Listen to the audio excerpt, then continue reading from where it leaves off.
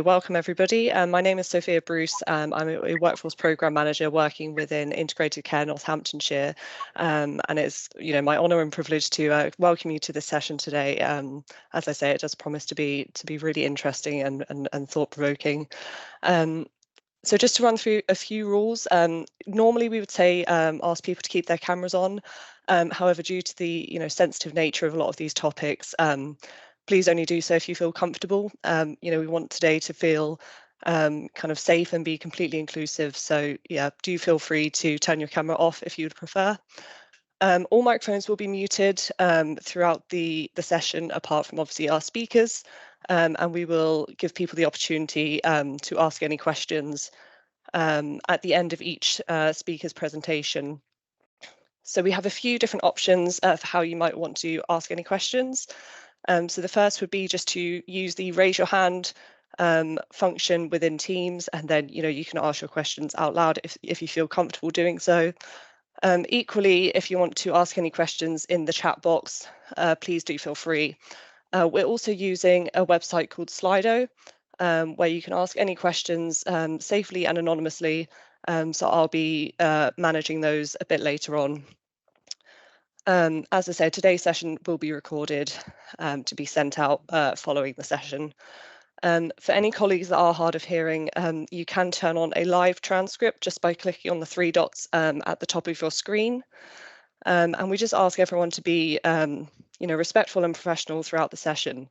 As I said, these are some quite difficult topics, and they can be quite sensitive to some people. So yeah, just asking people to respect that. But yeah, and I will just pass over to Sharon Smeaton, who will be chairing the session today. Thank you, Sophia.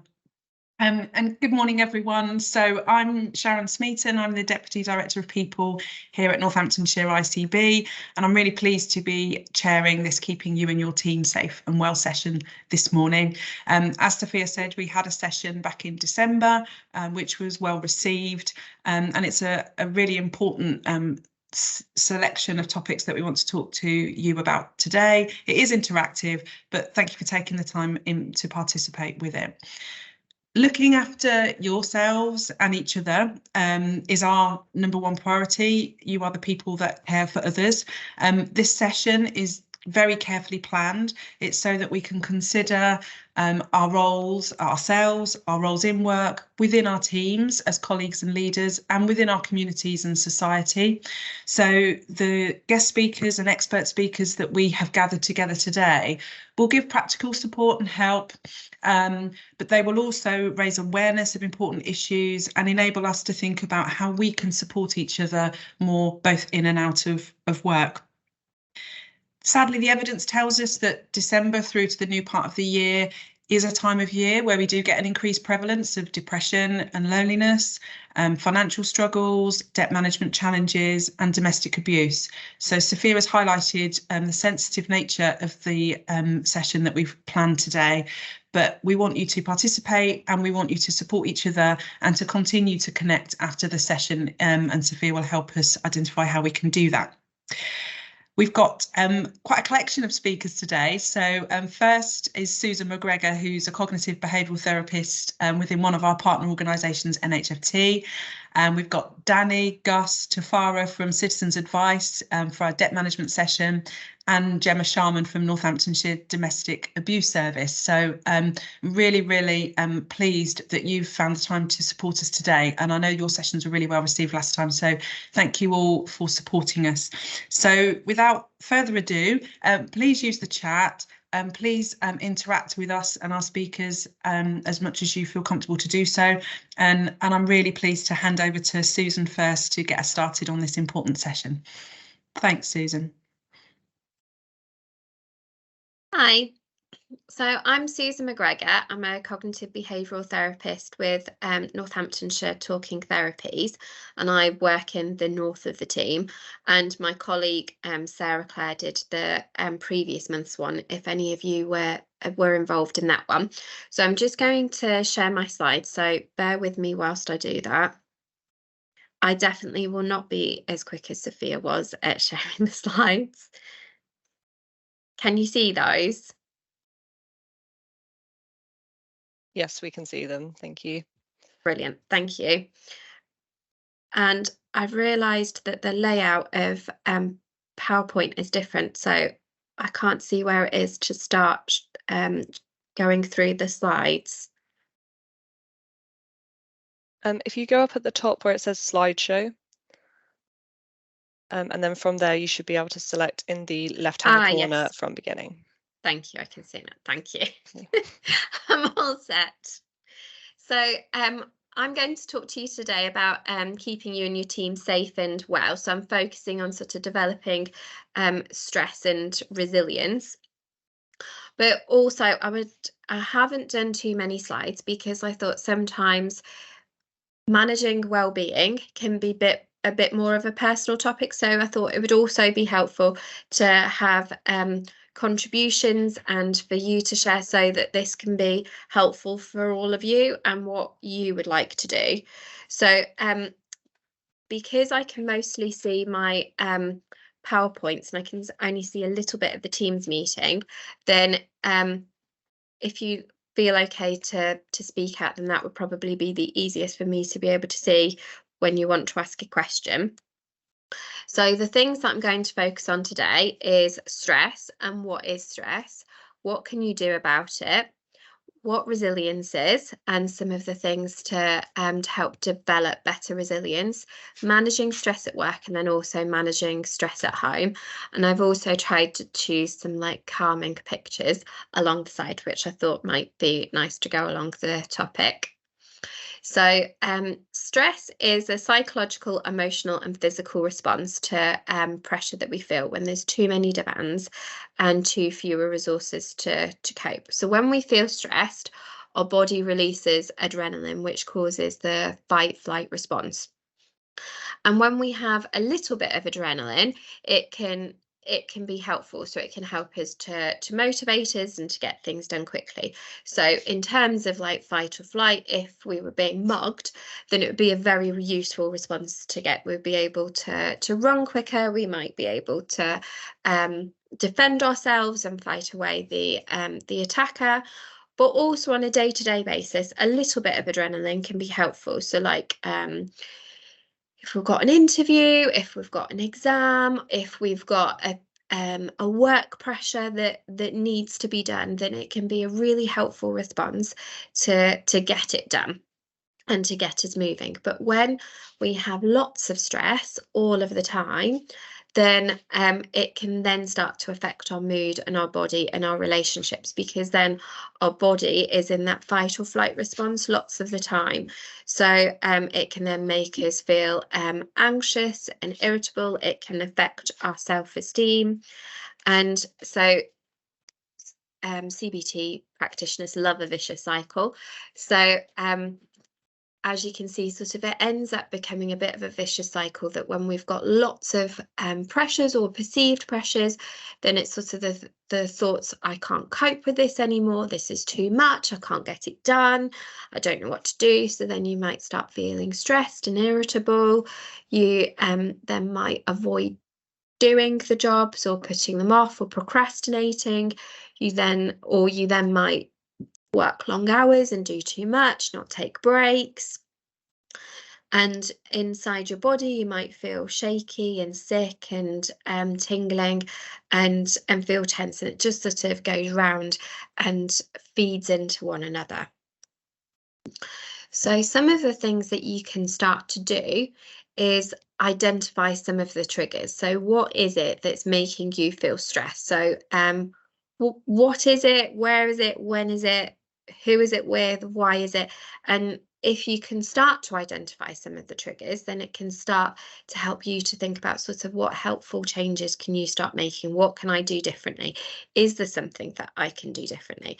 And also some of that is what affects stress as well, sort of whether it's in your control or not. So often I think in a working environment, quite often the stress can feel external, which can also make it feel a lot harder to cope with. So if there isn't enough staff, or if there feels as though there's too much work to do, not enough time to be able to do it, and it's then finding what is in your control.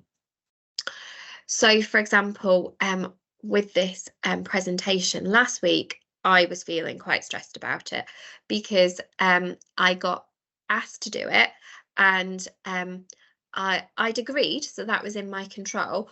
But when I'd asked, what do I need to present on, that information wasn't given straight away when I needed the information. And I had a full day booked with patients. I was thinking that this is out of my control. I don't have the time to do it. I don't know what I'm supposed to do, but I identified the periods of time when I could do it.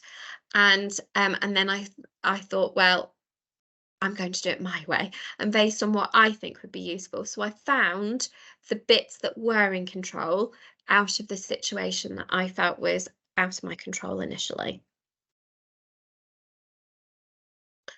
And then I found a quote on what somebody defined resilience to be: vulnerable but invincible. And I really liked that explanation, because we're all human, so we all have our own vulnerabilities, and every person will have a different vulnerability.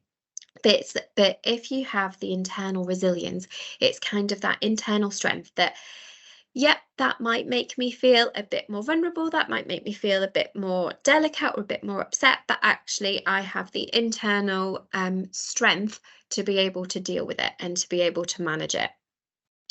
So there's the 5 different domains of resilience. So I'll explain them, and I'll go through a little bit about some of the things that you could do differently to start developing the resilience. And resilience is a bit like it's a skill. So it needs practice and time to develop each of these things. So the first one is purpose. So it's creating a sense of purpose and develop your passion for living. And so this would be both internally within work and externally out of work.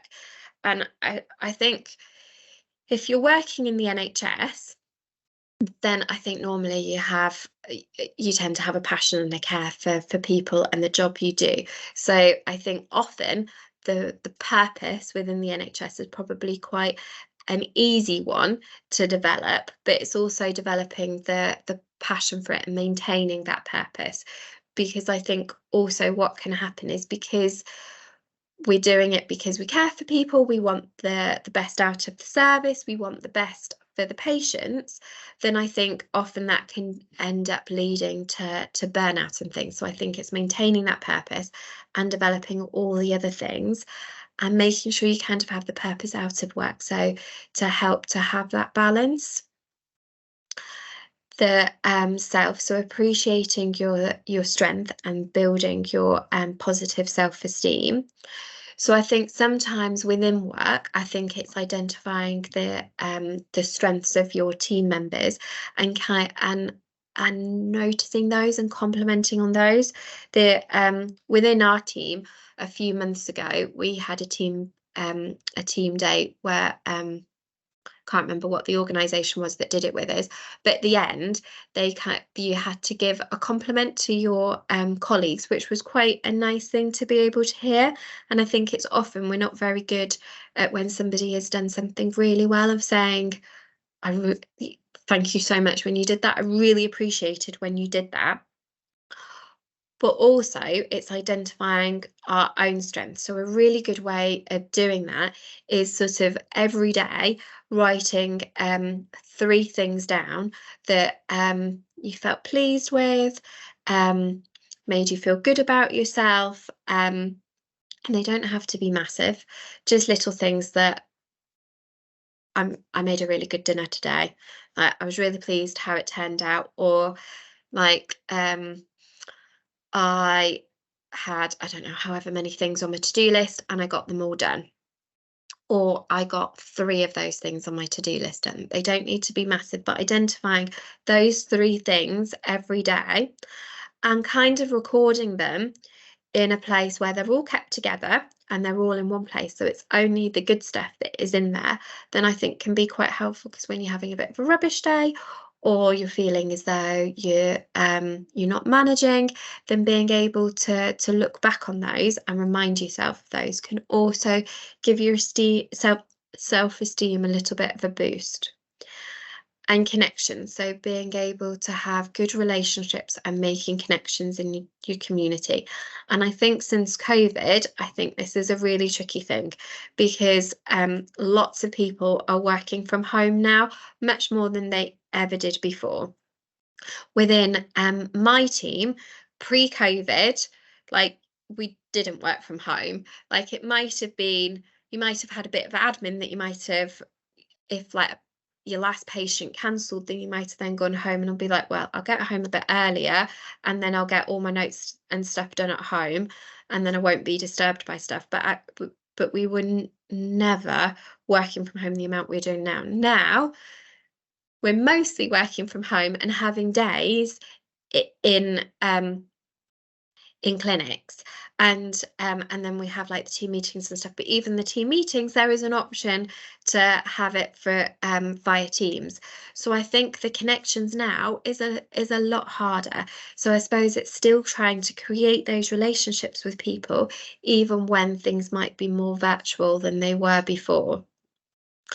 And also thinking about your body and prioritizing your physical well-being and building a healthy lifestyle. So taking the opportunities to have some sort of movement when you can, because I think often lots of the jobs can be, unless you're working on the wards, maybe your jobs are probably more sedentary. So having the opportunities to get up and walk about, having a walk in your lunch break, or walking in the evening, and trying to have the regular exercise. And your mind, so cultivating a positive mind and learning how to enjoy life. So I think it's also having things that you enjoy and looking forward to. So both of in work and out of work, of having those hobbies and those enjoyments. And these are some of the things that I'll go on to next. Are there any questions so far? We've had a few questions via Slido. I don't know whether you wanted to address those now or wait until the end. It's entirely up to you. Okay, I'll do them at the end. I've only got 2 more slides and then I'll do them. Thank you. So I divided this up into managing stress at work and managing stress at home. So I think within work, it's trying to take the regular breaks. And I know I'm really bad at that quite often I think, oh, I'll just get my notes done and I'll eat my lunch whilst I'll do it, and it will only take me a few minutes, and then I'll be able to then have a break after that. And then an email comes in and then your lunch break is over and you just get back into work. So I think it's important to try and prioritize your lunch breaks and like blocking out that time, and you don't allow work to creep in. And like I mentioned before, so trying to talk to your colleagues and your manager and creating that community around you and having that support network, so that if you've had a really bad day or a really bad conversation with somebody, like you can go and speak to somebody about it. You can have that rant, or just that, like, what did you watch on TV last night? Just like creating those relationships. Getting outside when you can. It's a lot harder at the moment when the weather is rubbish and it's cold and you don't want to, but it is really important to try and get out when you can, have some fresh air, go for a walk, even if it's just going to the shops to buy a pint of milk, but trying to get out for some reason. And even I think just getting out of the working environment and taking a step away from that can be helpful. And then trying to physically attend the team meetings when you can, or the team days. So like I mentioned before, trying to create those relationships with people, I think is really important, because they're your support network. And then outside of work, having that me time. So having that time that is just for you, that isn't involved in work, but also that time that's just for you, that away from your family, your partner, that's just for you, of time that you want to do to decompress and think about what you want to think about without work interfering, family interfering, whatever it is. Having the hobbies and the things to look forward to and the things to enjoy. And also sort of kind of thinking about like the virtual style of working now, that because a lot of us are working from home now, or working more from home, trying to have that separate working space. So however your house is designed, like if it's on the dining table, then putting it away at the end of the day and not leaving it out where you walk past it and you can see, or the computer is available where you can go back and check on emails, that having it where you're clearing it away at the end of the day, or if you have a separate room, like closing the door. And having the boundaries of home time and work time, so that after you finish at 5 o'clock or whatever it is, then not going back to it, or making sure that you finish at 5 o'clock, you're finishing at 5 o'clock, and it not leaking into your home time. And then relaxation. And initially I was going to do relaxation strategies with that, and then I thought the different people's relaxation is different, so I think it's finding what works for you.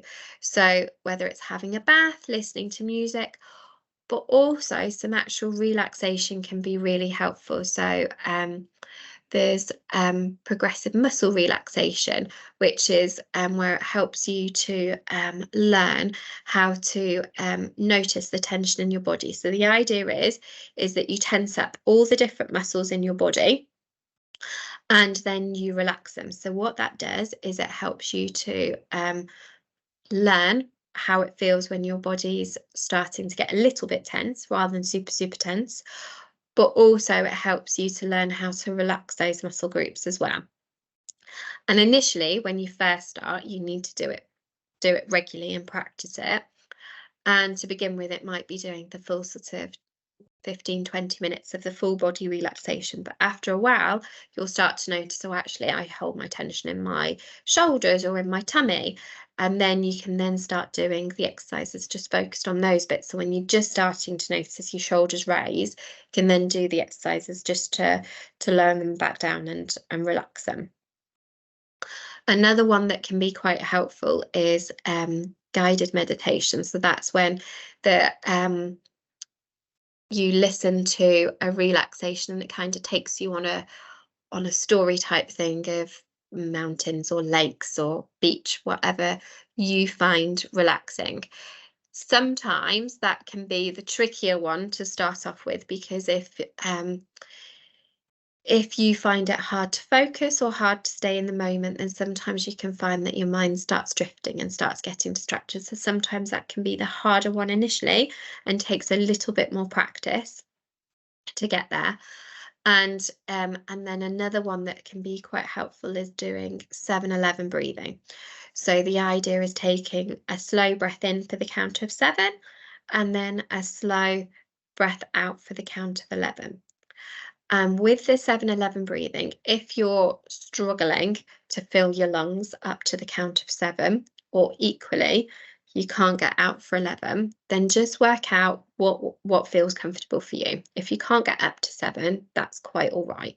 It's just making sure the out breath is longer than the in breath, and you're doing the counting, because the counting helps you to focus on the breathing rather than whatever's going on in your head.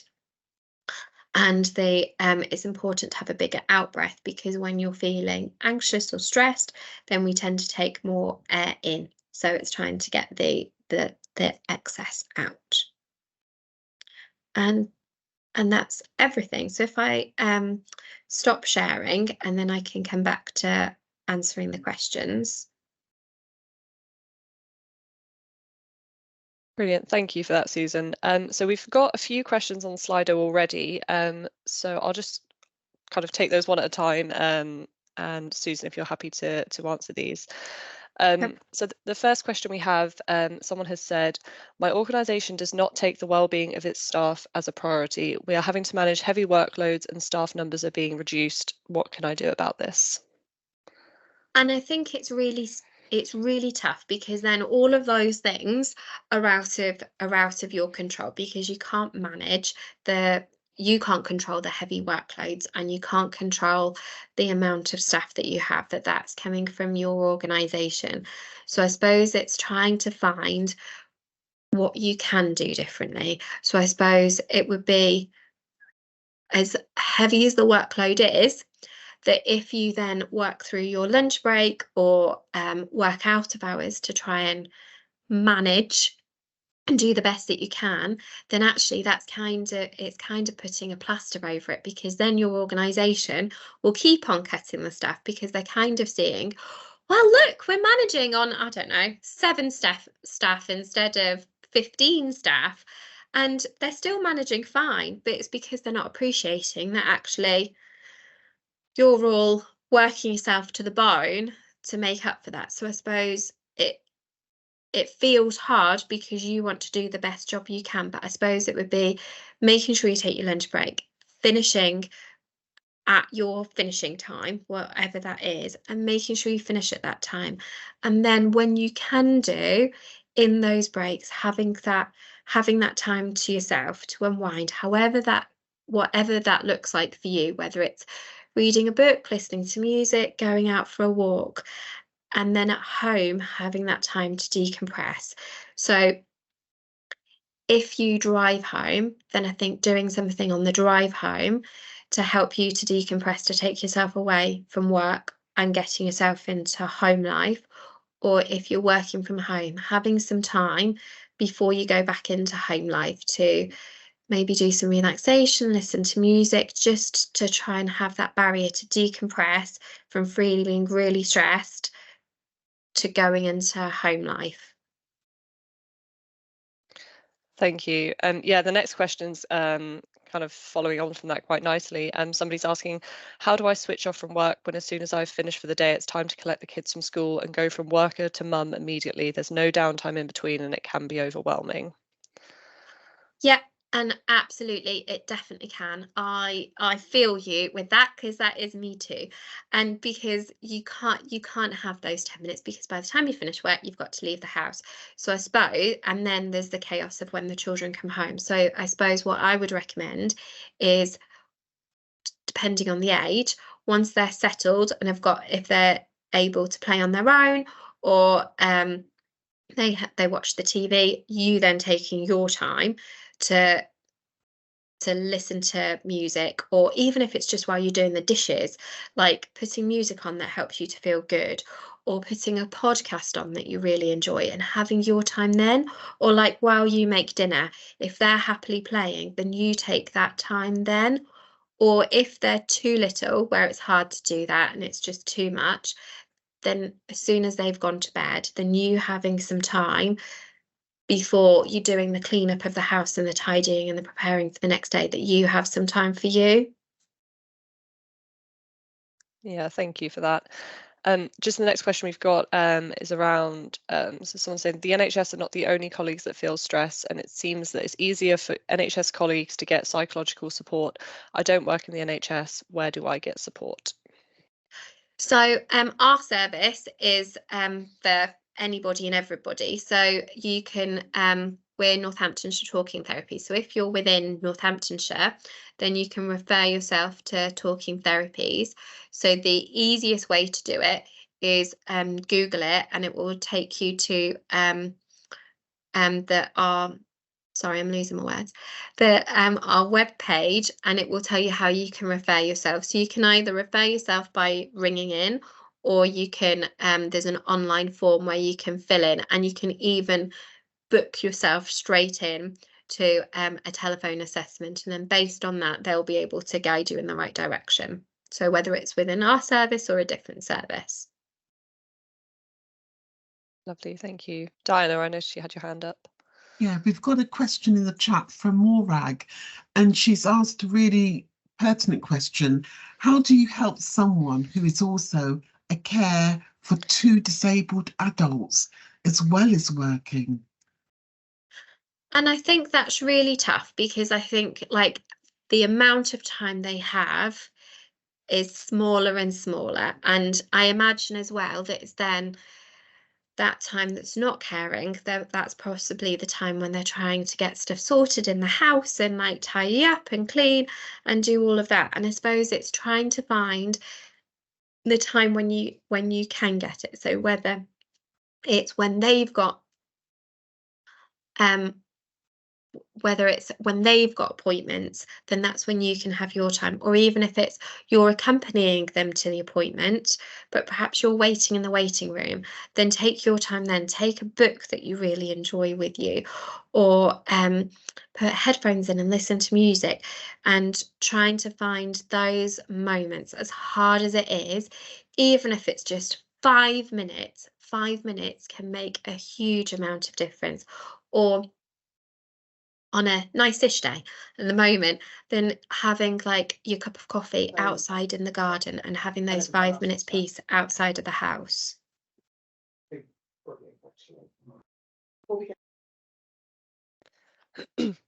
Thank you, Susan. Just very quickly on to, we've got 2 more questions. I'm just conscious that we are nearly running out of time. So if we're happy just to yeah, if you've got like a couple of points that you can quickly summarize for these. So one person's asking, my child is struggling with stress or anxiety at the moment. They're becoming quite argumentative. They're at the age of 10, and this person's concerned about teenage years. Is there anything that they can do to help them now? So I work with adults, so children, like children's development is slightly different, but I suppose I would start teaching them ways to help them to manage their emotions. And so talking about emotions and explaining emotions with them and finding ways to help them to calm down and what works for them. So whether it's relaxation, having some time on their own, what helps them to feel good. And sometimes what I do with adults is sort of like a looking after yourself box. It's having stuff that focuses on all of your 5 senses and putting it in a box so they have it at hand. So then at 10, once they've identified that they're starting to struggle, even if it's with mum or dad's help, they can then go and get the box out and perhaps start using it independently. Brilliant, thank you. We do have one last question, but just conscious of time and want to make sure we're able to get everything in. So Susan, if I pop this question in the chat, would you be happy just to put an answer in the chat so that people can see that, if that's all right? Thank you. And then thank you very much for that presentation and answering all of those questions. That was really, really interesting, and echo some of the thoughts in the chat around taking on some of those relaxation techniques. So thank you. I'll pass back to Sharon. Okay, so we're ready to introduce our next speakers then, are we, Sophia? We've got the slides ready. Thank you, Susan. Yeah, you're welcome. just I was writing a little list down of I was writing a list which had at least a list of 3 things that I can take away from your presentation. Thank you. Sorry about that. 1 second, let me just get the next presentation up. Thank you, Sophia. I have a lot of presentations open, it seems.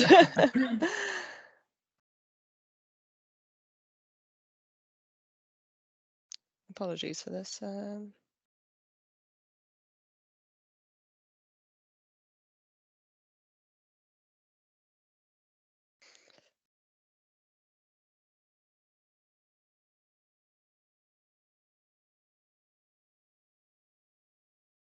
Okay, I found it.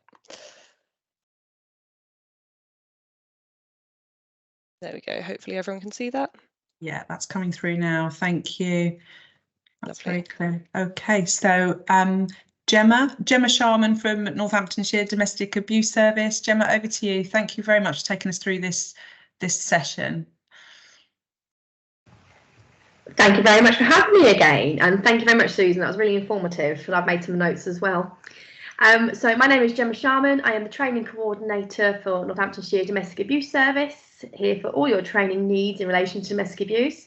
There is a photo of me on my holidays, catfishing you all. I don't look like that. I don't have the sea behind me, but there we are. It's the best picture I could come up with.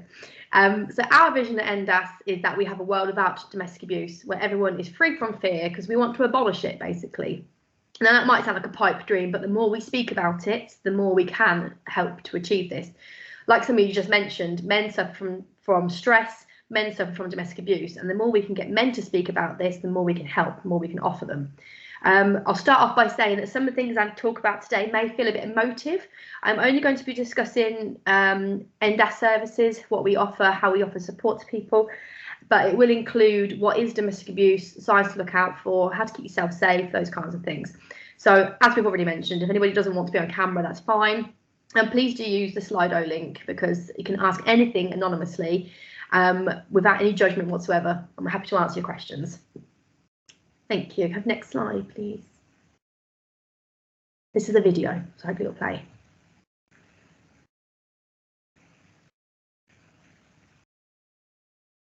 Is it not playing? Is that playing for people? Can't It hear hasn't it. got the sound. So as you go into it, there's a tiny little box that you have to tick to get the sound to work. Okay. Apologies about this. That's all right. So come out and try and reshare. And if you look at your reshare, there's a teeny weedy little box right at the end. And if you click on that, you should get the sound. I'm glad it's an expert, because I wouldn't have had a clue about that.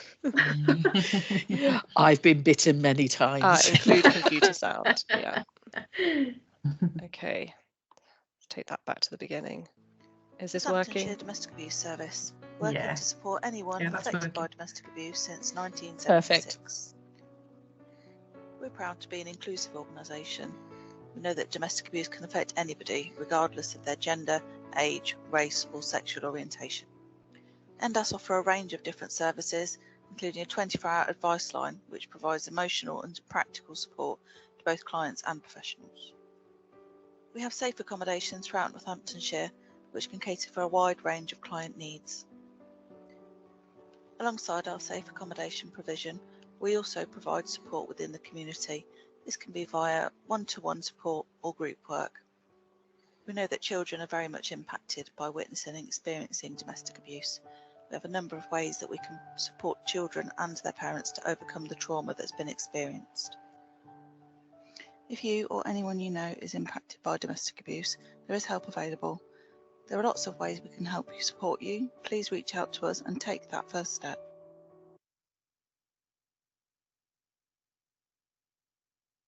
Thank you. So, what is domestic abuse? I mean, if anybody wants to answer that, that's absolutely fine. Please do feel free to shout out, because it is a heavy subject. So if we can make it a little bit lighter to discuss, it might put people more at ease. But domestic abuse is any incident of threatening behaviour, physical abuse. The government definition here, any incident or pattern of behaviour which is controlling, coercive, violence between those aged 16 or over who are or have been intimate partners or family members, regardless of their gender and sexuality.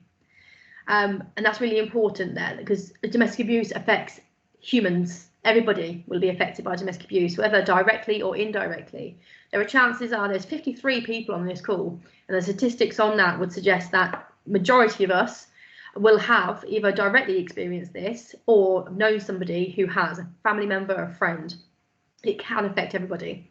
So abuse can encompass, but is not limited to, psychological abuse.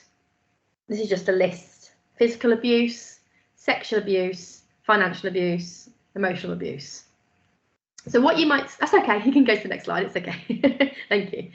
So physical abuse, things you might see.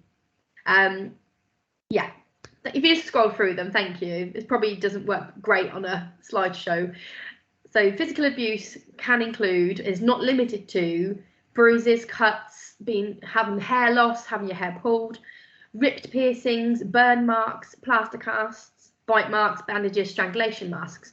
Now these are things that we may see and could easily dismiss, because lots of people can explain away a cut or a bruise. Unless it looks like a handprint, it's harder to explain. Unless it's on your face, then it's easier to explain, sorry. Burn marks, that can include cigarette burns. Often a perpetrator of abuse will use cigarettes in places that people don't see. So it's very easy for the survivor to cover that burn mark and not show what's happened. And strangulation marks. Now, I'm sure in this room here, we're all very familiar with the severity of strangulation and how it only takes a few seconds to cause serious damage. To leave physical marks on someone's neck implies that there was severe pressure put on that person.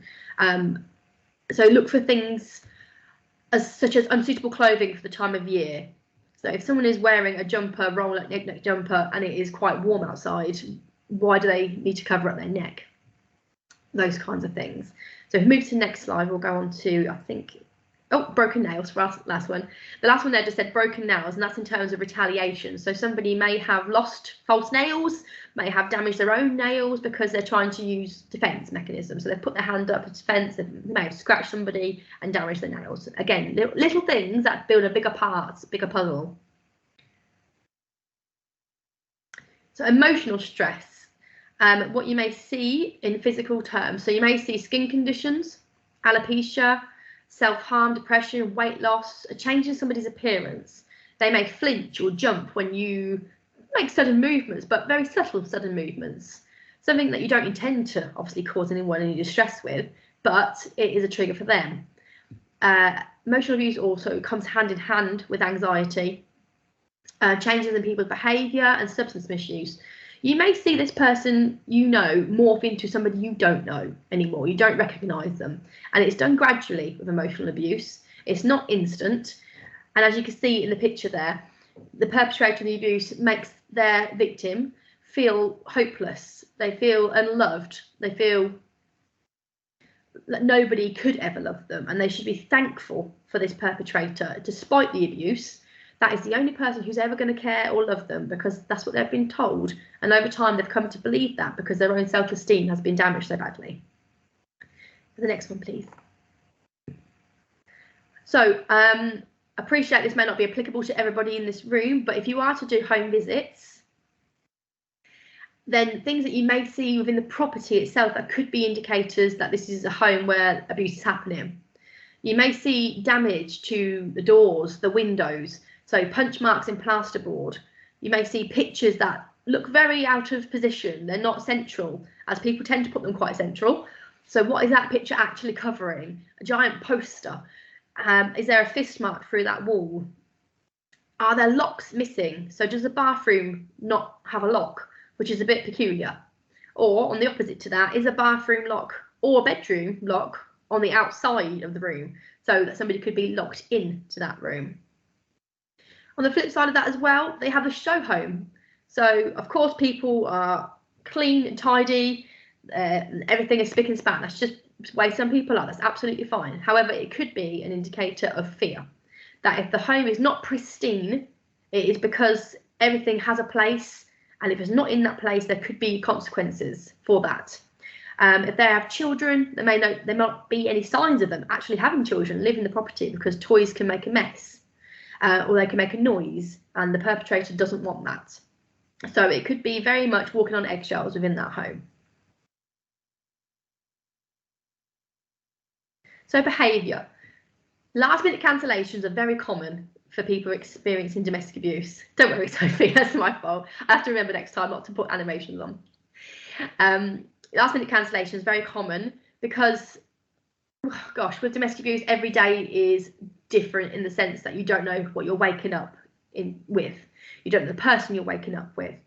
It may be they've had to cancel their appointment because they have got physical bruises, which they can't hide from you, and they know that you're going to ask questions and they can't hide them. It may not be physical abuse. It may be something that appears as simple to us as they can't get to the appointment anymore because perpetrator has perhaps taken the car and they can't get out of the house. Perhaps the perpetrator has taken the only set of house keys, so they can't leave because they can't lock the house. And these are all things that are done intentionally by the perpetrator of abuse to stop that person seeking help for whatever they're seeking help for, really. It may not even be domestic abuse related. It could be medical appointments, their own wellbeing appointments, things for the children, anything.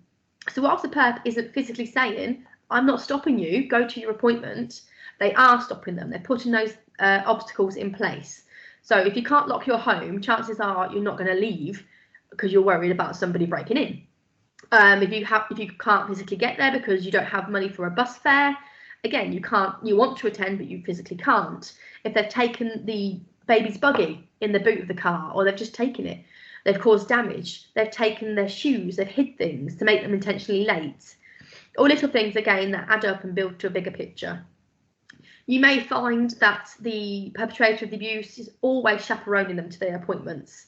Now, that may be that they sit in on the appointments if that's allowed, or if not, they will certainly be waiting in the reception area or outside the door, maybe in the car park, and they will be timing that as well. And if the time of the appointment goes over, which we know can obviously happen a lot, then there will be repercussions to the victim because of other people's timekeepings as such.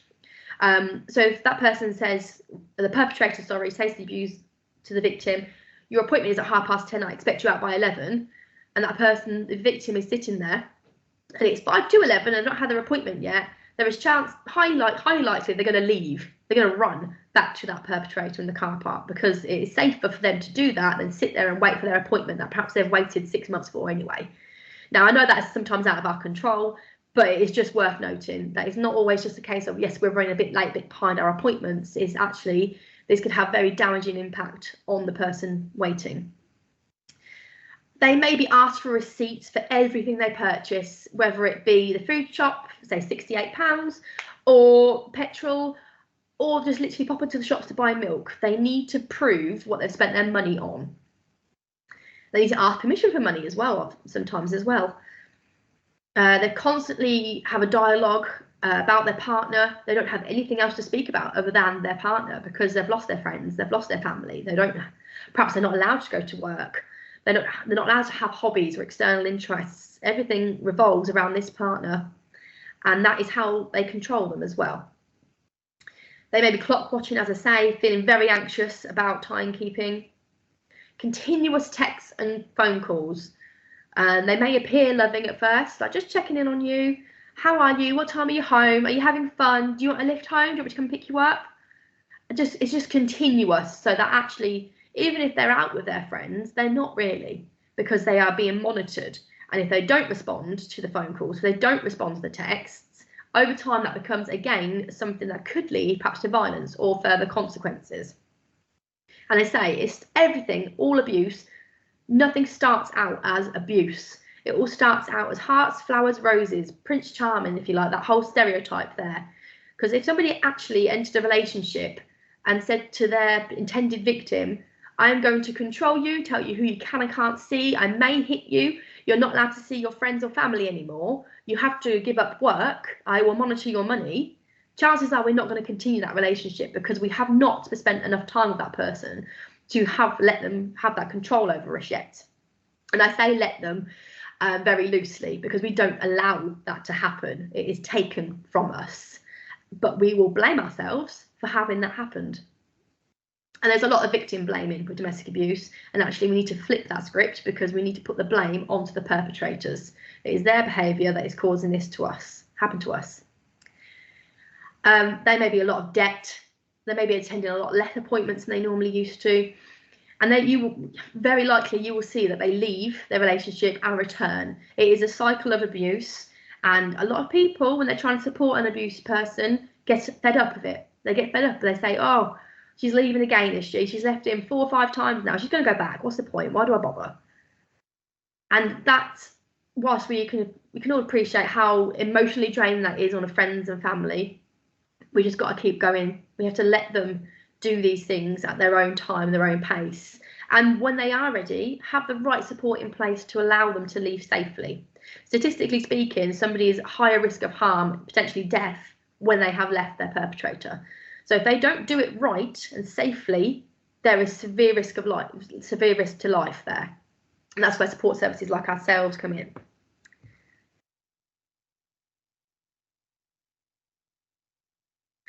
So how do I find out if someone's in an abusive relationship? Quite simply, we have to ask. And that can feel very uncomfortable for a lot of professionals. And that's on us. That's not on the person presenting.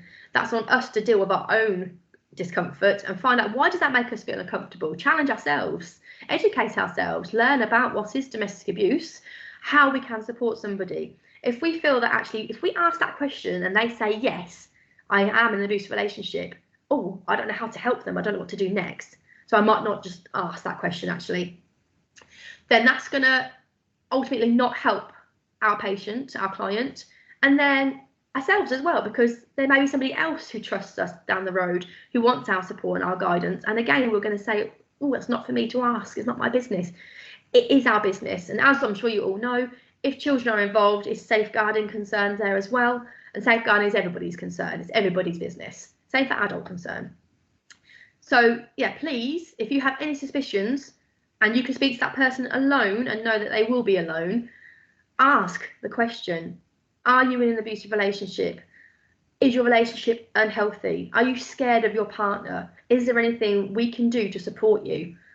And go from there, really. So please do inquire into training, say with NDAS, within your own internal organisations, to make yourself feel more confident to be able to ask that question, because it's really important. Something as simple as asking someone the question could be the trigger they're waiting for. They could just be waiting for someone to take an interest and see them and understand that it's not okay and tell them it's not okay.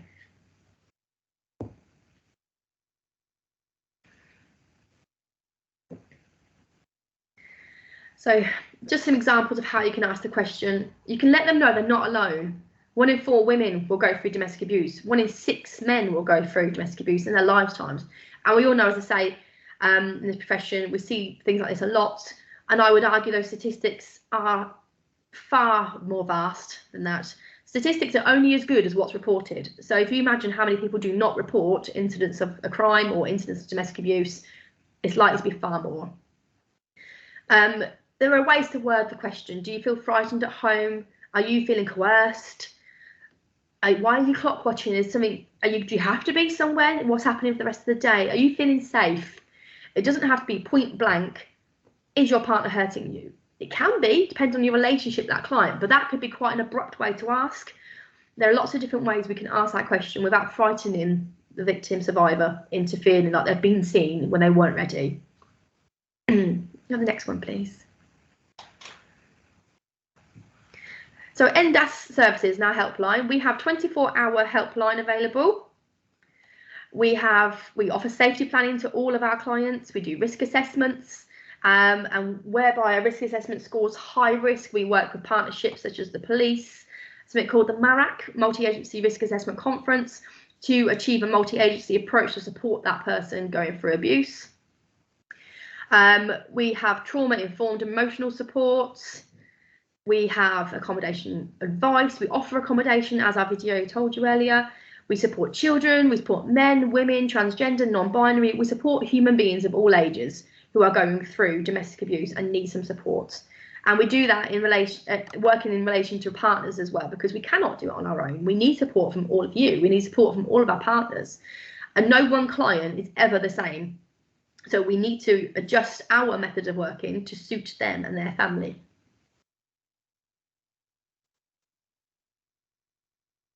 We have virtual supports, as we mentioned earlier. COVID lockdown changed a lot for everybody, really. And for us, it increased our online presence. So we now have drop-in support virtually. We have that weekly. We have it in person as well. So we like to do hybrid. We have our web chat at www.ndas.co. You can chat to somebody there. You can be anonymous. That's fine. That's not 24 hours, but I believe it's till midnight each night. We have Facebook Messenger. Again, I think that's monitored until about 9 p.m. at night. Don't quote me on that one though. Certainly during office hours it's monitored. However, my Facebook Messenger won't be private because obviously you're using your Facebook account to contact us. And we have group work online as well, because we obviously found during COVID that people couldn't attend physically if they wanted to. However, lots of people couldn't attend physically if they wanted to prior to COVID because of restrictions put on them by their perpetrator, or even just times, and because they were at work, those sorts of things. So we adapt to make sure we're evolving with the way of working and making sure we can reach as much of a demographic as we possibly can.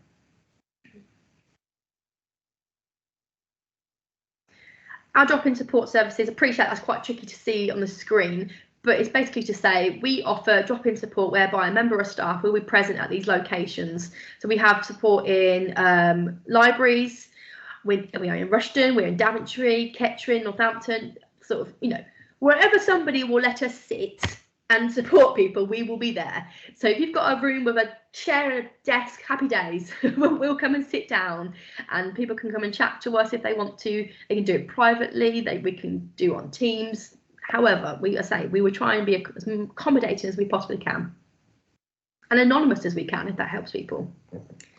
We offer outreach support to adults and children. So we will do support plans with them to help them achieve goals, but ultimately safety, of course.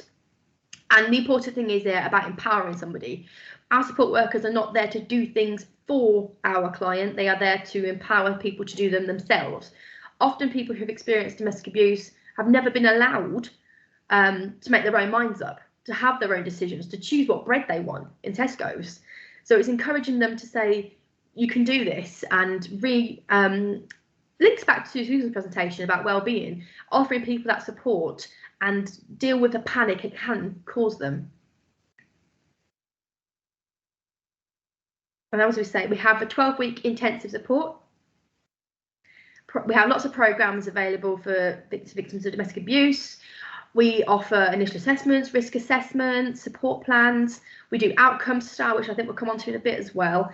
We have weekly support plans, and it's around for 12 weeks. And this can include or not include group work if they do not want that. There we go, group work. So we offer Your Power to Change. We offer Voice. Lots of people are often familiar with the Freedom Programme, which has been around for many decades now. And then Voice is kind of a newer version of that, if you like, a more modern day version of it, which also includes support for males, because the Freedom Programme was quite designed for women. And we are as inclusive as we like to be anyway, as inclusive as we can be. And of course, we need to offer support to male survivors of domestic abuse as well.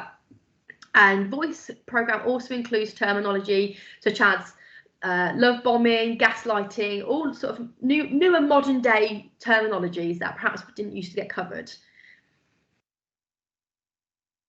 And we have our domestic abuse recovery toolkit as well. We run these sessions for 12 weeks. And it's just a referral into us there on our email address there. It's advice@ndas.org.uk.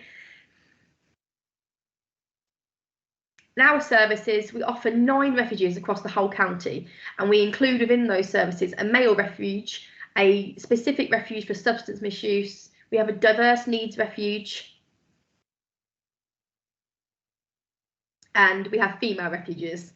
We have flats that can be used for male, female, non-binary, trans clients, families with older male children, and all refuge space has all refuges have space for children. We can support up to 33 people and 52 children at one time when we are full.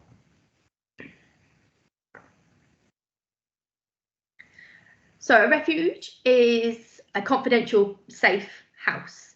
There is nothing to show you it is a refuge from the front. You've probably walked past a refuge many times, and maybe one in your street you may not know. Because obviously we don't want them to have a big red flag on them saying this is a safe house, this is a refuge, because the more people who know that, so do the perpetrators, and therefore the property is no longer safe. It is designed to be a short stay whilst perhaps legal orders are put into place. It can vary from, well, as short as somebody wants it to be, really, up until about 2 years we are funded for. When someone moves into refuge, we can offer them essential shopping, providing them with crisis and support with crisis vouchers, food bank vouchers. We always give new residents toiletries, children get a teddy bear, bedding, and as much as we can to try and make it feel a bit more homely for them, because the transition from leaving an abusive home to come to a refuge is extremely daunting. You're asking someone to leave everything they know, pack up their most prized possessions, their best belongings, their children's favourite toys, and be really limited with it. Perhaps one backpack, whatever they can get, and go. If they can get more safely, then great, but often we do have a lot of people come to us with the clothes on their back and nothing for their children. And we build their support around obviously making them safe and comfortable. They always have a support worker, and as do the children. The children have a separate support worker whilst in refuge. So within refuge, we work on something called the outcome star to see how people are progressing and where we need to help them support with. We work closely with all sorts of external support agencies. And within the first 2 weeks, we would talk to a client about what they've experienced, make a safety plan, get them registered with a GP and a dentist if they've relocated, which most people have, apply for benefits if necessary, apply for schooling if necessary, and so on, really. As I say, each client is different and each person has different needs, so we will work with what they need. Hi Gemma, just want to say thank you so much for this presentation. I'm just very conscious of time at the moment. I think that there's obviously so much detail within here that has been really informative and really helpful. I think unfortunately we might need to move on to our next speaker. I'm very sorry about that. No problem. Obviously the presentation will be shared following this meeting, and also Gemma did present on this at the December Leadership Matters session, so we'll also post the link to the recording of that if anybody would like to watch the rest of the presentation, if we're happy to do that. Obviously Gemma is available, as she said, kind of if there's any questions that people have. I'm aware we have had a few questions through Slido, but if people are happy to reach out, if Gemma, you're happy to answer those questions following the session. Absolutely. Yeah, so sorry for that. Yeah, thank you again. Yeah, Sharon's also just suggested if Gemma, you're able to stay in after 12, and if anybody would like to stay after the session has ended, and ask any questions that you may have, if that's okay. That's fine. Brilliant, thank you very much. So yeah, I'll hand back to Sharon. Thank you, Gemma. That was a very thought-provoking, lots of important work that you're doing there, and it was just quite powerful to hear your presentation. So if people want to stay on at 12, as Sophia and I've suggested, we can come back to it. I think it'd be great to do that if people have got time, but thank you very much. I'm now going to hand over to the Citizens Advice team, I think. So we've got Danny and Gus and Tafara who are going to help us here and to talk us through the debt management service they provide, and just to bring the third of our sessions into a close now. So if I hand over to the team, I think Gus and Danny are going to start, aren't they, with Tafara's support.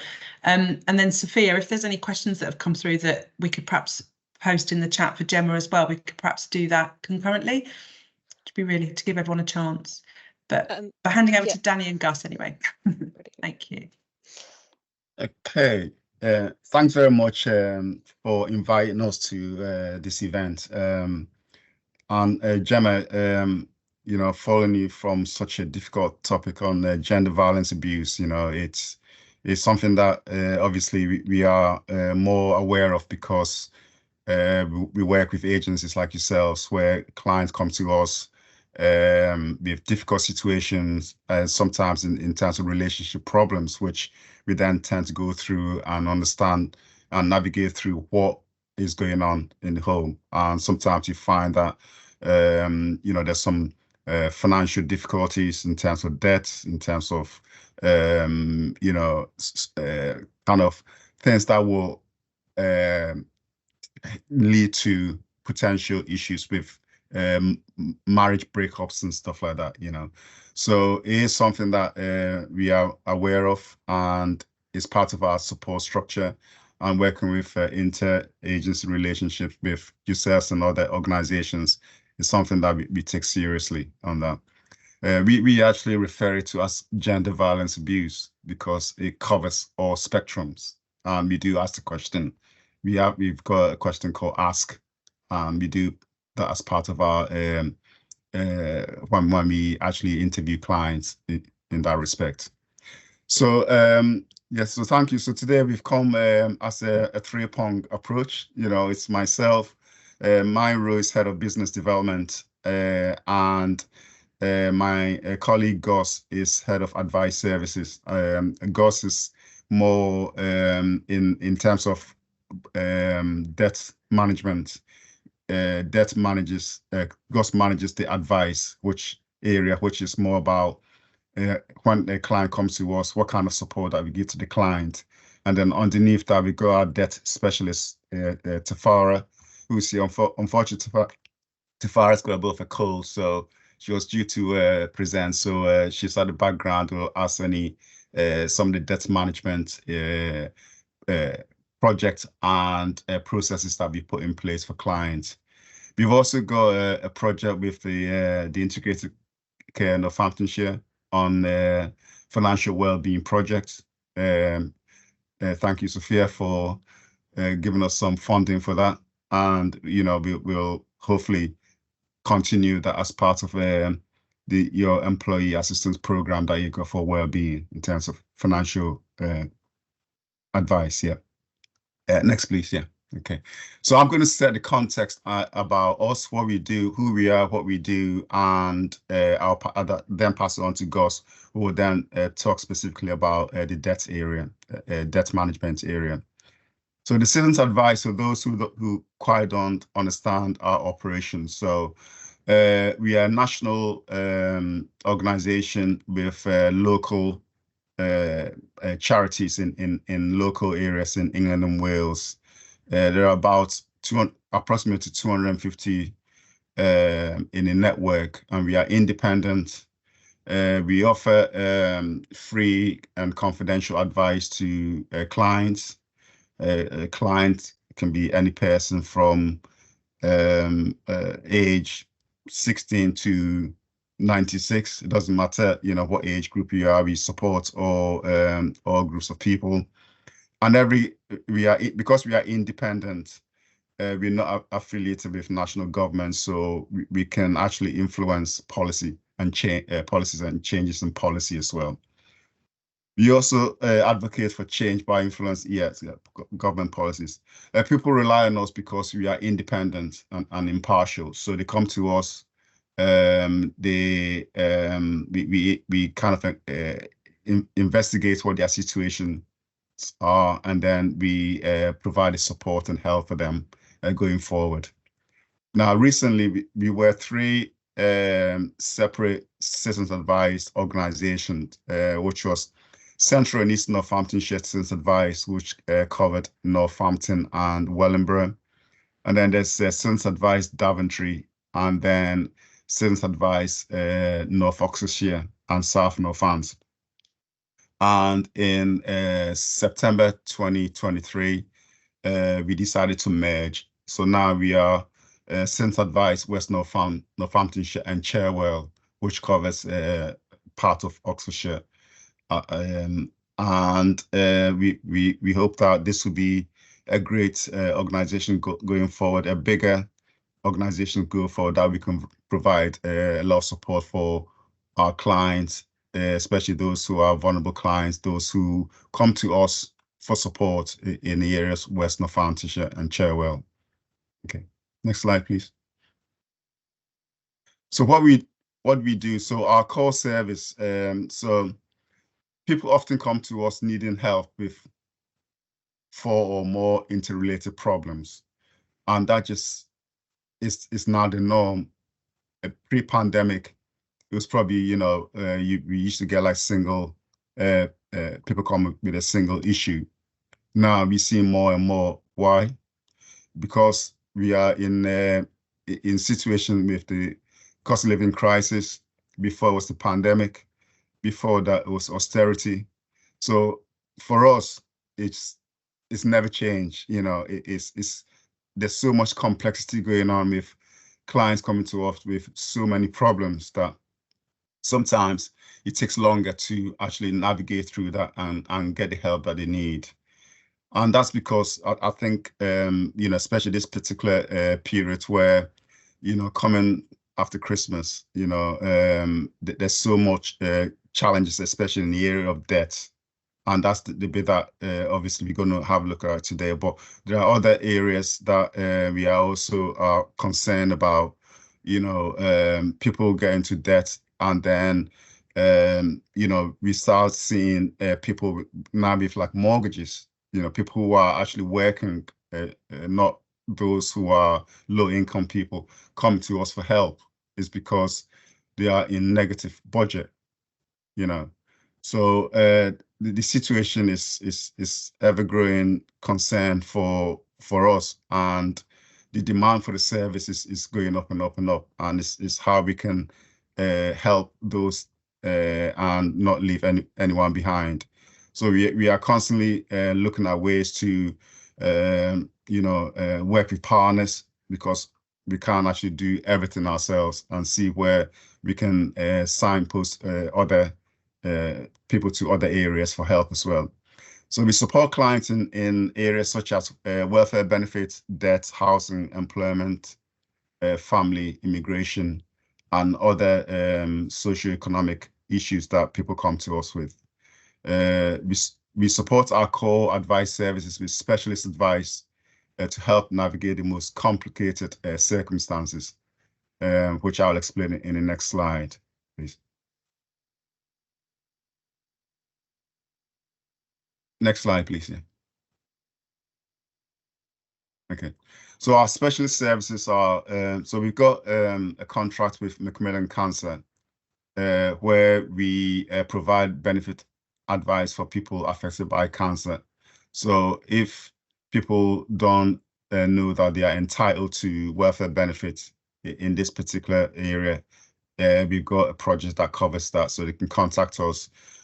We've got caseworkers that will help clients to, you know, make claims for welfare benefits, and also other related support that they need in terms of debt, or even support with relationship or anything, any issues that they may have. Our specialist team will help that side of things. We've also got a specialist service for pension advice. So pension-wise, it's a national initiative. We've got a contract to deliver that program, and we help people who are in the pensionable age to provide guidance for those, and to see how they can consolidate pensions and give them the directions for that.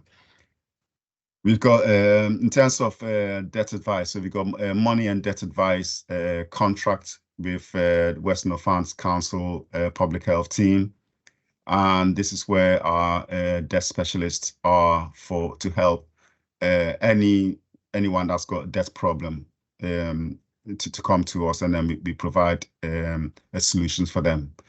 We've also got one with the Integrated Care Northamptonshire, as I mentioned, which is particularly for staff working in that area, to you know, provide financial well-being and debt management support for them as well. Part of the areas that specialist area that we are also concerned is the cost rise in the energy, you know, in terms of fuel energy. So we've got a program, an energy program, which we provide one-to-one energy advice appointments to clients who are at risk of fuel poverty, and usually are often vulnerable and may be struggling to pay their bills. So again, as an organization, in terms of citizens advice, we have different solutions depending on the client situation, and then we have programs and projects that we are able to support through them. Okay. Next slide, please. So what we are seeing now, and probably have seen for the past 12 or 18 months, is that the cost of living crisis is driving some of the most complex cases that we've seen, with people on average needing advice for at least 4.9 issues. You know, so as I explained before, they don't just come with one issue; they come with multiple of issues. You know. People are coming to us with a wider range of problems, and those problems are themselves more complicated. So our advisors are spending a lot of time trying to navigate these problems and to resolve the situations with clients.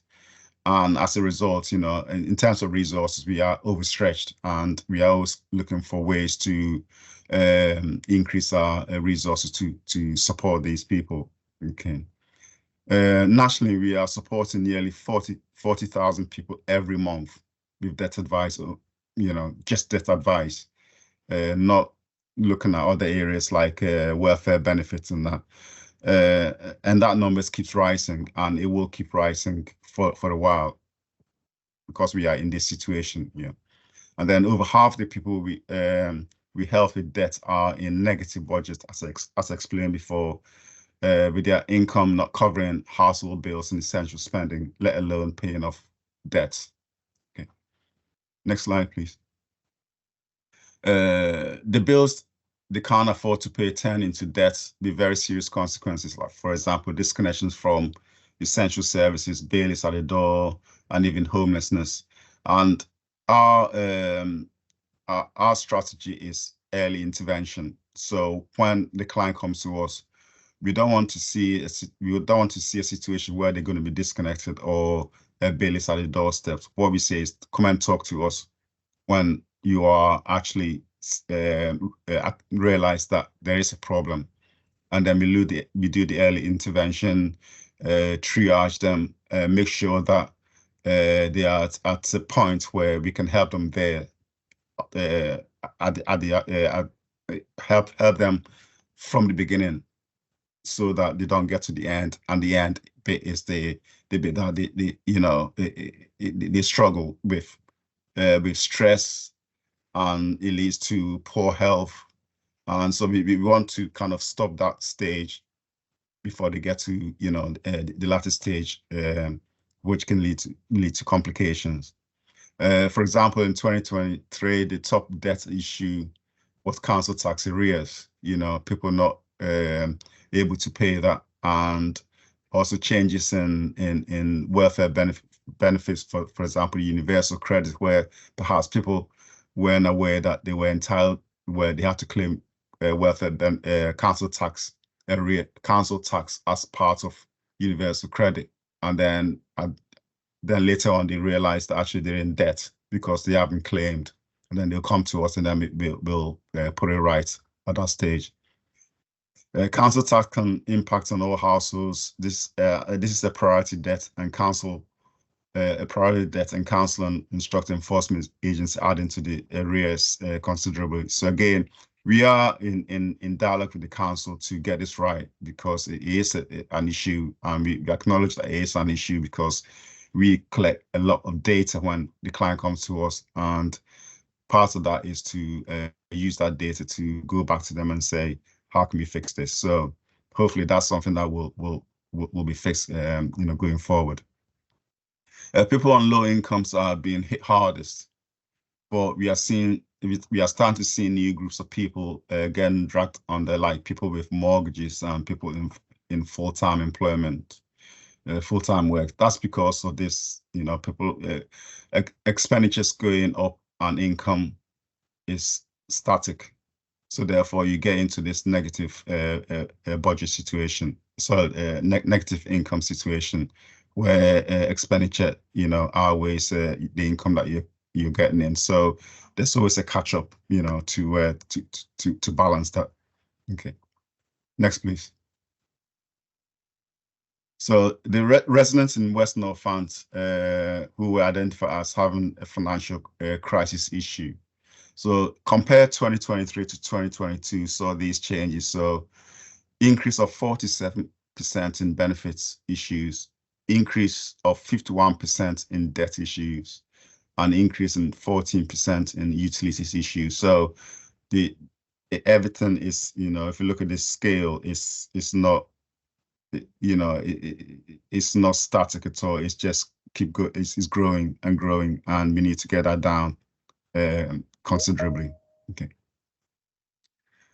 There has been a 5% increase in the number of clients, which is like were presented with financial crisis issue in 2023 as compared to 2022. And these issues are charitable support and food banks. We've seen a lot of increase in that area. So Gus will probably go through this, the number of clients that we've seen coming to us needing food vouchers. You know, it's just frightening. Obviously, there's a localized social welfare fund, which is the household support fund, which usually is available for clients to apply depending on your circumstances. And at the moment, I think in fact that one is finished now. But usually there's support available in that area from local councils to give that kind of support to people who are struggling. And the vouchers tend to go pretty quickly. You know, you see queues and queues outside our offices, you know, waiting for vouchers, and there are none available, you know. Debt, again, you know, as we said, we've seen a lot of that. And then homelessness and threatening homelessness is something that we are seeing quite a lot, because, you know, if you're in debt and you're not able to pay your bills and you live in a flat or you know, a house that you can't pay your mortgage, then there are threats for homelessness, and then that's something that, you know, we have to address when the client comes to us with. Okay, next please. So we've got this is nationally, we collect a lot of data. This is our cost of living dashboard. Now I won't go through this because you have the slide, but there's a link to it, which the one that's got the cost of living dashboard link. And when you click on that, you see the data that in every section to do with debt. So fuel debt, normal debt, debt that is associated with household or non-household, and it's a live document.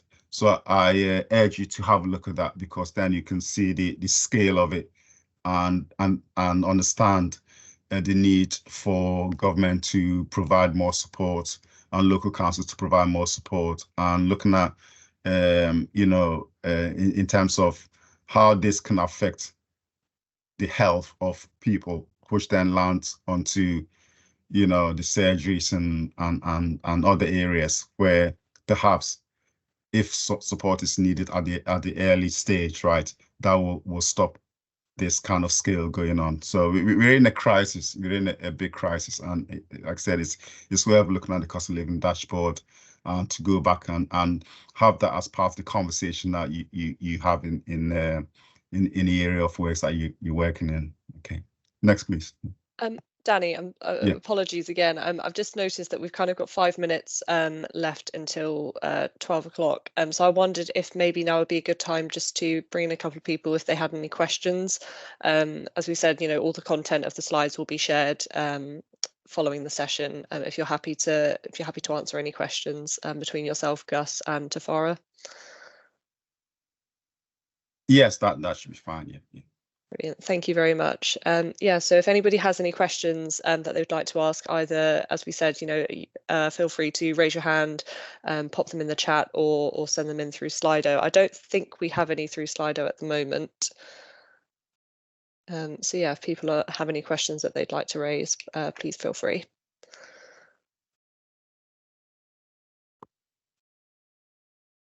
Diana. Hi, I can see there are 2 in Slido at the moment, one of which I've already put in the chat, but if I can just share those, please, Danny. Yeah, sure, yeah. The first one says, I have suffered from domestic violence and psychological abuse. My husband left and I have a daughter. Can I have some help on finances and how to ensure I am receiving enough support? Finances need to be reviewed. Can someone help?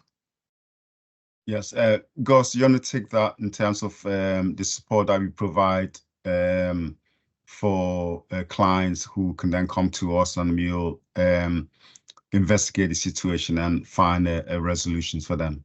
Yeah, I mean, with a circumstance like this, what we would do is we would look at that person would be in priority need for the purposes of being homeless, because domestic violence is now classed as a priority need for homeless purposes. So we will be looking at perhaps looking at council accommodation. We can also check benefits. If they are moving away from a violent relationship, we can check.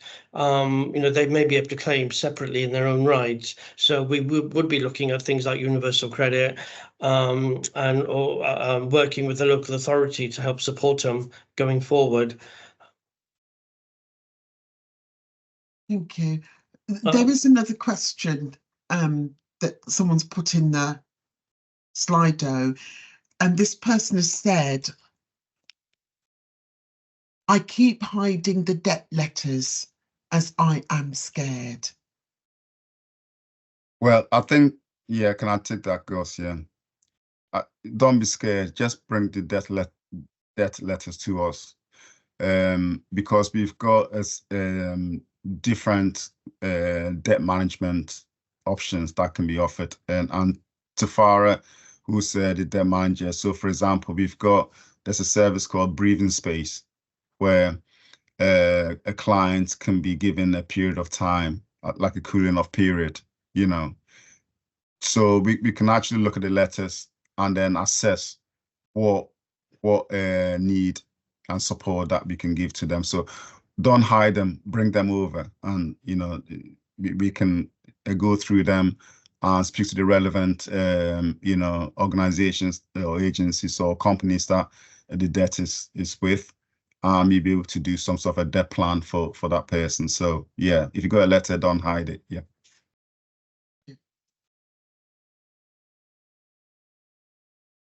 Yeah, thank you very much. So I've just popped the link in the chat for the Integrated Care Northamptonshire Money Advice Service. So this is a dedicated caseworker purely for our staff within the Northamptonshire system. So yeah, this is completely confidential. So if you are struggling with any of the issues that have been mentioned, please do reach out, and yeah, you will get dedicated support with that.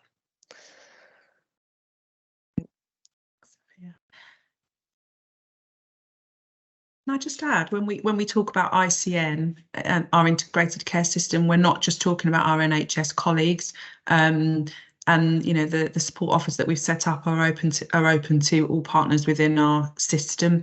And so I just wanted to make that clear on the call. I know we talked about NHS staff earlier.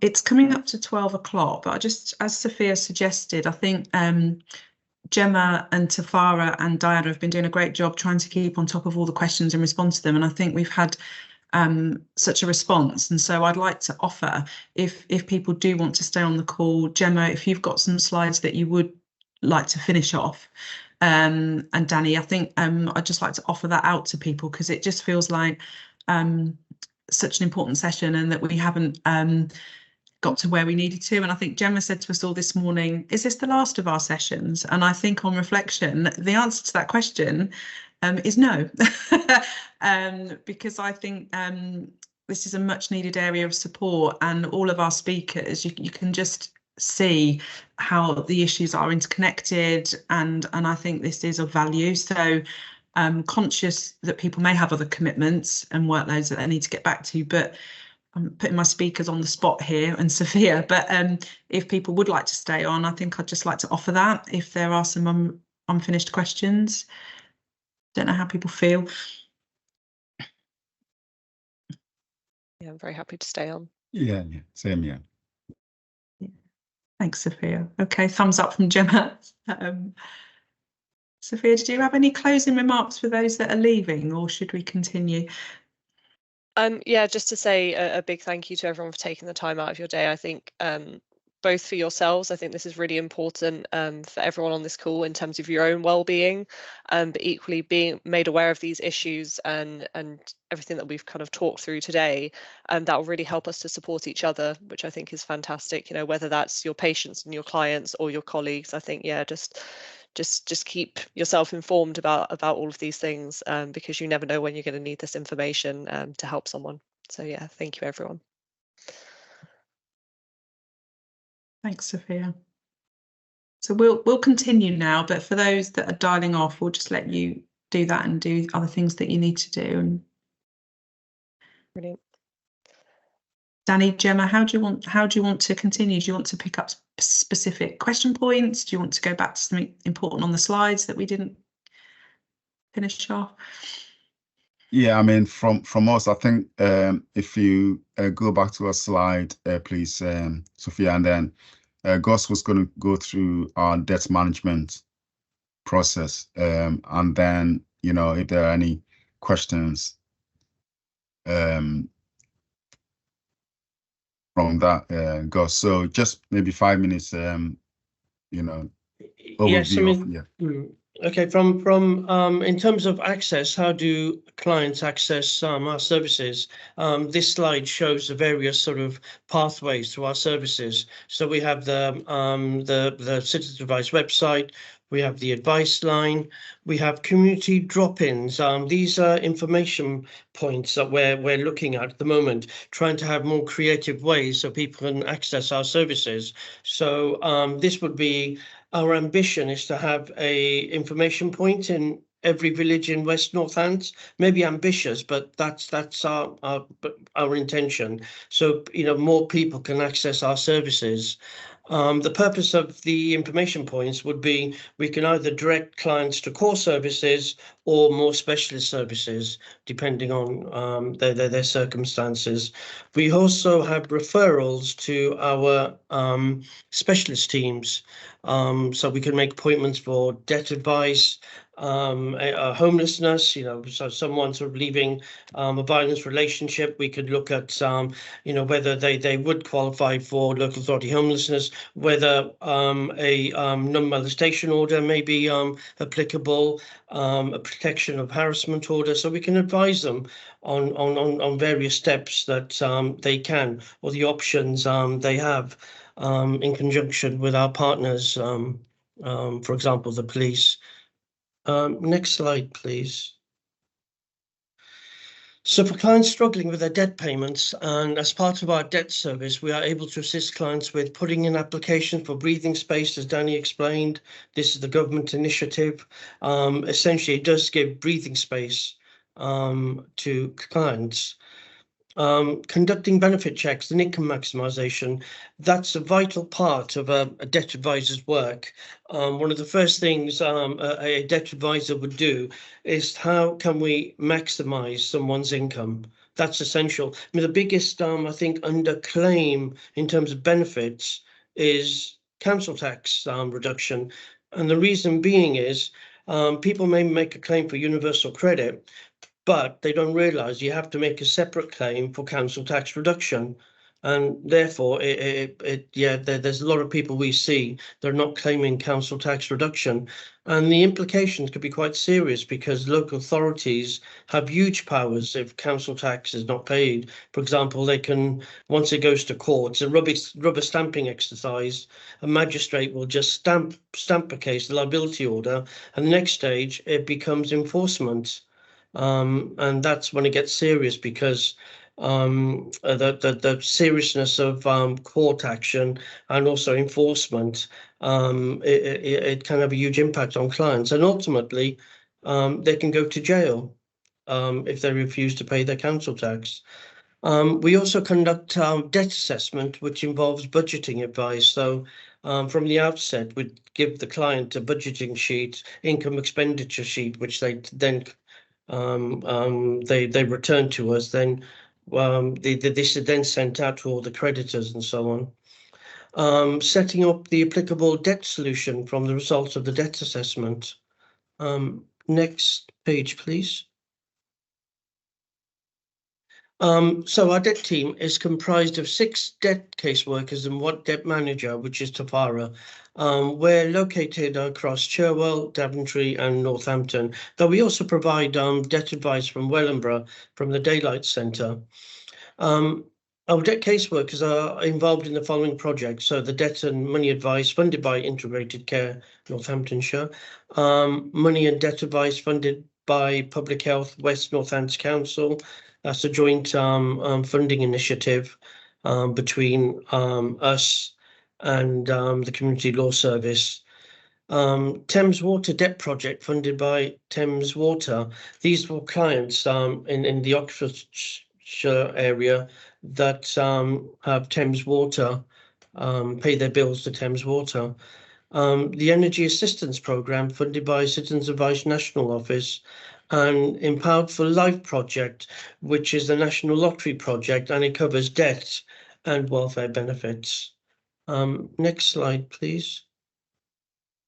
So summary, clients, 2023, we've seen 10,301 clients. Quick client contacts, these are where information is given to clients rather than detailed or a exploration. So it could be someone just signposting someone.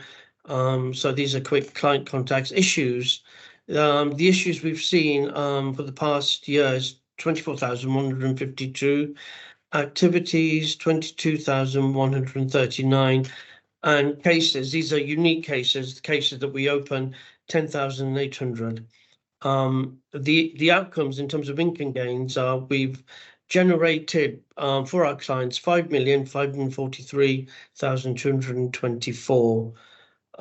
Debts written off is also, I mean, that it shows 586,608. Next slide, please. So as I mentioned,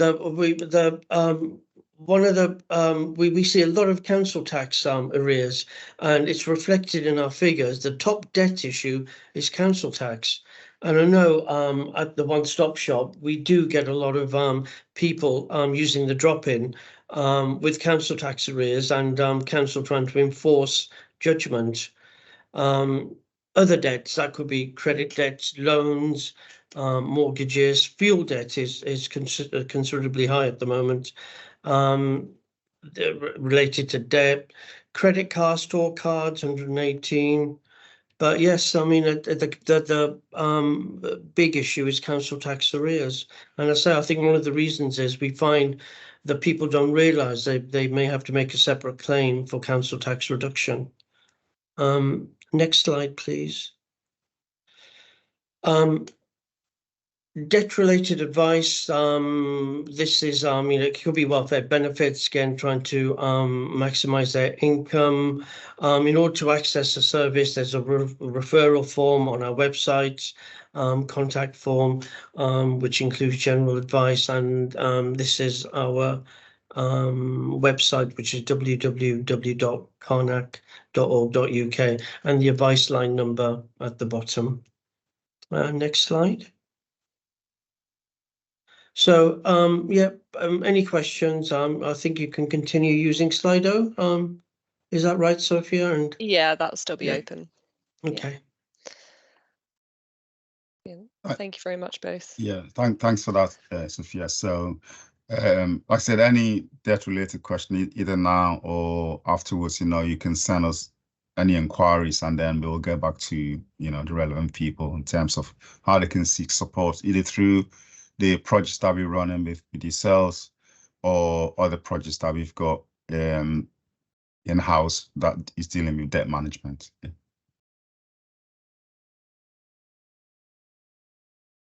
Brilliant, thank you. I'm just going to give one quick check to Slido just to see if any other questions have come through. I don't know if these have been. Diana, could you just confirm if you've popped these in the chat? There's two new questions. Just one around immigration and one around managing finances. Yes, they're in the chat. Ah, perfect, cool. I couldn't see them, so thank you. In that case, if nobody has any other questions that they would like to either raise in the chat or just by raising your hand, then I think if we'll pass over to Gemma.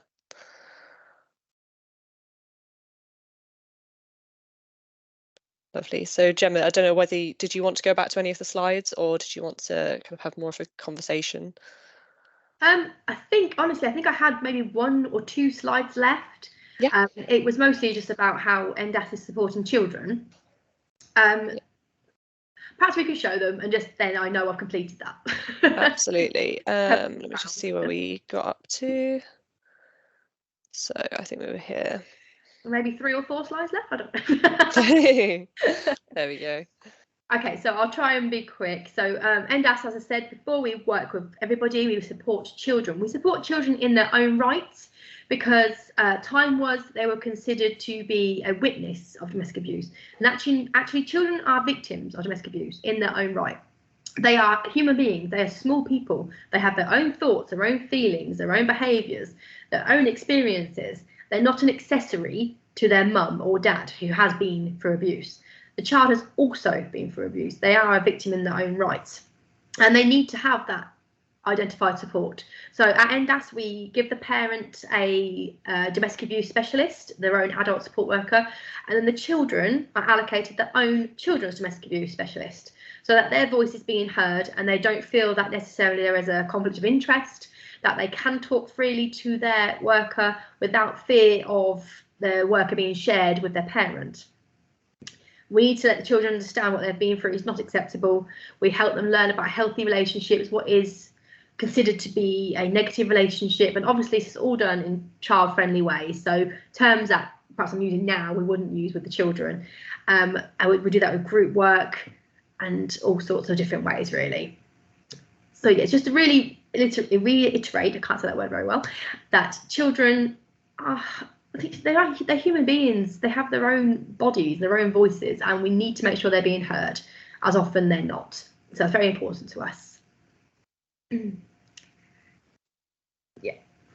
And here, yeah, just to really go back that again, we have several groups available, and we also offer group work to parents and children who perhaps the child is going down the road of showing violent tendencies, becoming a perpetrator in their own right, and to try and help that child see that yes, they may have been brought up in the home that has those kind of behaviours, but that doesn't not make them acceptable behaviours, and teaching them right from wrong, really, because if they've never known any differently, it's really important that we don't demonise that child and say that you're destined to be just like your parents because you grew up like them and you're showing those behaviours. That's not true. It's just the way they grew up. It's what they learned. As I'm sure we all have our own experiences like that in our own families, whereby we brought up with certain beliefs, certain ethics, certain practices that we do in our homes, that actually when we went to other people's homes and saw that that wasn't how they lived their lives, was quite a shock for us. So yeah, very important we don't demonise those children and we help support them onto the right track. So we've just got a trigger warning here because the next slide will show somebody perhaps you may have come across in your own professional working lives. So we just wanted to put this here really to say it is a post, it's just a little slide to say rest in peace and in loving memory.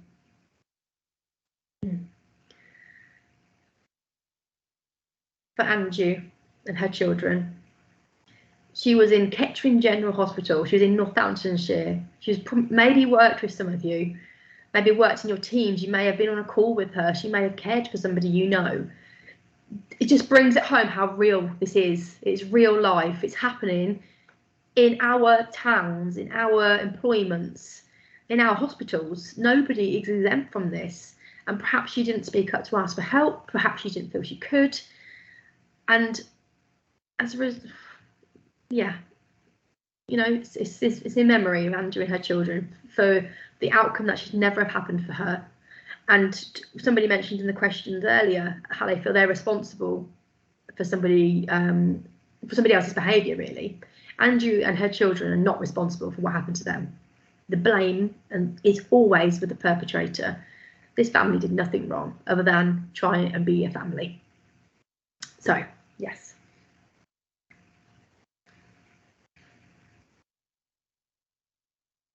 Local support available. So we just put this slide in here so that people have access at hand to useful information, really. So telephone numbers, email addresses, website, sorry. And this is not limited to, but we work with, gosh, pretty much all of these agencies and more.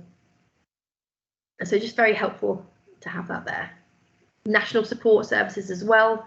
NCDV, National Centre for Domestic Violence, they offer free legal injunctions. They can do it within 24 hours. And also from a training point of view, they offer free training on how to do this as well. So just type it in Google, look at their website, and they will run you an hour session on how how to apply for an injunction for free. And I think that's probably on to my last one. Of any questions? Yeah. And there was a lot of questions in the chat, so I've done my best to type furiously. So I'm sorry, Danny, if that was really pinging away in your ear as you're trying to concentrate on your slideshow. Appreciate that could be a bit distracting. I just didn't want people to leave the call without me having answered their question. So hopefully I've done that. But if anyone's got any further questions, please do feel free to ask. Sophia? Yeah, thank you again for that. One question I had was just, is there any support available for adults who maybe have gone through, as you said, either witnessing domestic abuse or as a child, and maybe they've grown up without the support for that, and is there anything that they can access now as an adult to kind of come to terms with some of that and deal with that? Absolutely. Yeah, trauma from being a child and not having your needs met, not having your voice heard, that carries through into adulthood, and actually it can shape people's lives, because as we all know, it's a very traumatic subject. But to feel that you've never had that kind of closure, or someone to talk to, someone to listen to you and believe you, is very upsetting. And whilst our service does run for people who are actively going through domestic abuse, it is there as well as a listening ear. We are there to talk with people if they want to call and say, look, this happened to me 20 years ago, but I need to talk. I need to talk to somebody about this who understands. Then that's fine. You can pick up the phone and talk to us. You can email us. You can do confidentially on our website. If you don't want to have people know your name, that's absolutely fine. Whatever method somebody wants to, that's fine, because it may have been 20 years ago, physically speaking, but it's still very much living in your head today, and it's living there rent free, and it will continue to do so. And the trauma will continue to affect the way in which you live your life, really, until it is dealt with. And of course, we would also offer signposting as well to external agencies for therapy, perhaps, or whatever it is that's needed. It might just be that somebody needs someone to listen, half hour, an hour, conversation, cup of tea and a chat. Thank you. I can't see any further questions on Slido, so unless anybody has any either that they want to raise their hand or pop in the chat, Sharon, I'll pass back to you. Thank you, Sophia. Thank you, Gemma. Thanks, Gus and Danny, for finishing off the session. I think it's been a very thought-provoking and very impactful session, and I think absolutely raised awareness and given our staff an opportunity to reach out and ask the questions that they needed to. I think I am certain that I'd like, as a system, for us to offer more sessions, and perhaps a Q&A. I'm putting my colleagues on the spot here, but I think maybe an interactive, question, a regular session that staff can come to, that fills a gap that we haven't got in our existing provision, because I'm sensing that this has been really valuable to everyone on the call. And it's a shame that we lost people, but I think we could perhaps take another opportunity. So people are nodding and we'll need to negotiate that after. But I would just like to thank all of you for your questions and for what you've shared today, and for listening to each other. And I've found it a very important session. And as I say, one I'd like us to continue talking about these topics throughout our system. So thank you to Gemma, to Susan, to Farah, to Gus, to Danny, to Diana, to Sophia. Hopefully I've not missed anyone in the core team. And thank you to all of you who've spent a couple of hours with us on this call this morning, and for sharing your experiences and your questions and stories. It's much appreciated. We will put a recording up on our system website. So I'm looking at Sophia and Diana, and we will communicate out some further sessions, which might be in a slightly different format, but just to continue this support and awareness going. And Kath had put something right at the start of the chat, Gemma, that I think she wanted to get in touch with you and become more involved in NDAS. So hopefully you can pick up her email address, but hopefully people have made some good connections today. Thank you to our experts, and thank you to the team, and wishing you all a lunch break and a good afternoon and rest of the week. It's been a pleasure to chair it today. Thank you. Thanks very much, and have a good afternoon. Yeah. Okay. Thanks. Thanks, everyone. Thanks, everyone. Bye.